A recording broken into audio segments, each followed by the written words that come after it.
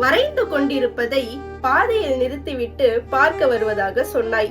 முகசவரம் முடித்த கையோடு இந்த விடுமுறை நாளின் 3வது தேநீரை துவங்கி இருக்கிறேன். நீ வரும்போதெல்லாம் பீங்கான் கோப்பைகளில் தேநீர் குடிப்பவனாக இருப்பது எப்படி தெரியவில்லை. ஒன்றுமே பேசிக்கொள்ளவில்லை நாம்.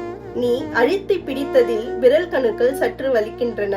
ஒன்றுமே பேசிக்கொள்ளவில்லை நாம். நீ அழுத்தி பிடித்ததில் விரல் கணுக்கள் சற்று வலிக்கின்றன.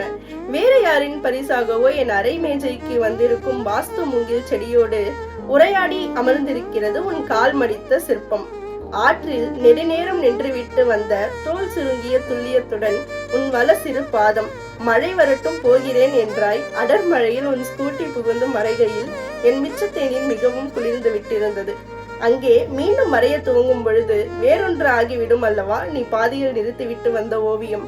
இது பாத்தீங்கன்னா திரு கல்யாண்ஜி அவர்கள் எழுதிய என் ஓவியம் உங்கள் பார்வையில் அப்படின்ற கவிதை தொகுப்புல இடம்பெற்று இருக்கக்கூடிய ஒரு கவிதை. இது எனக்கு படிக்கும் பொழுதே மிகவும் பிடித்தமான ஒரு கவிதை ஆகிவிட்டது. ஏன் அப்படின்னு கேட்டீங்கன்னா வந்துட்டு அநேக நேரங்கள்ல ஒரு கடினமான சூழ்நிலையில வந்துட்டு நம்ம இதயத்திற்கு மிகவும் இணக்கமானவர்களுடைய அருகாமை நமக்கு தேவைப்படும். அப்பொழுது வந்துட்டு வார்த்தை பரிமாற்றங்களுக்கு இடமே இருக்காது. ஒரு புரிதலுக்கு மட்டும்தான் இடம் இருக்கும். ஒரு அழுத்தமான கைப்பிடித்தல், அதோட உணர்வு எப்படி இருக்கணும்னா, இந்த உலகத்துல எந்த பிரச்சனையா இருந்தாலும் சரி அதை நம்ம பாத்துக்கலாம், கவலைப்படாத, எதுவா இருந்தாலும் சரி பண்ணிடலாம் அப்படின்ற ஒரு அர்த்தத்தை கொடுக்கக்கூடிய ஒரு உணர்வாக இருக்க வேண்டும். அப்படி இல்லையா நொடி கண்மூடி திறந்து தலையசைக்கும் ஒரு பார்வை, அதோட உணர்வும் அப்படிதான் இருக்க வேண்டும். இந்த இடத்துல பாத்தீங்கன்னா வந்துட்டு வார்த்தை பரிமாற்றத்துக்கு இடமே இருக்காது. வெறும் இதயபூர்வமான ஒரு புரிதலுக்கு மட்டும்தான் இடம் இருக்கும். அதேதான் இந்த கவிதையிலயும் நான் உணர்றேன். அவ வரா ஓவியத்தை பாதியிலேயே நிறுத்திட்டு அவனை பார்க்க வர்றதுதான் சொல்றா. வந்ததுக்கு அப்புறம் ஒரு வார்த்தை கூட பேசவே இல்லை. பதிலுக்கு என்ன பண்றா, அவனோட கைய வந்துட்டு அழுத்தமா பிடிச்சுக்கிறா.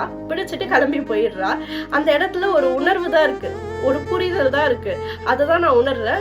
அதுதான் இந்த கவிதையை வந்துட்டு என்னை படிக்க சொல்லி ஈர்த்திருக்கிறதாவும் நான் நினைக்கிறேன். அநேக நேரங்கள்ல பாத்தீங்கன்னா நமக்கு அந்த புரிதல் தான் வந்துட்டு தேவைப்படும். அந்த புரிதல் இருக்கிற இடத்துல வார்த்தைக்கு வந்துட்டு இடமே இருக்காது.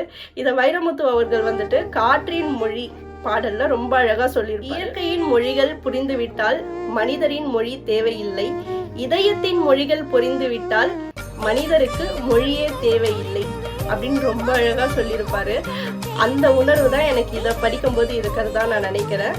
உங்களுக்கு எப்படி எந்த மாதிரியான உணர்வு ஏற்படுது அப்படின்றத கமெண்ட் செக்ஷன்ல சொல்லுங்க. அடுத்த ஒரு பகுதியை சந்திக்கிறேன். அதுவரை உங்களிடம் இருந்து விடைபெறுவது நான் உங்கள் கிரவி. டாடா, பாய் பாய்.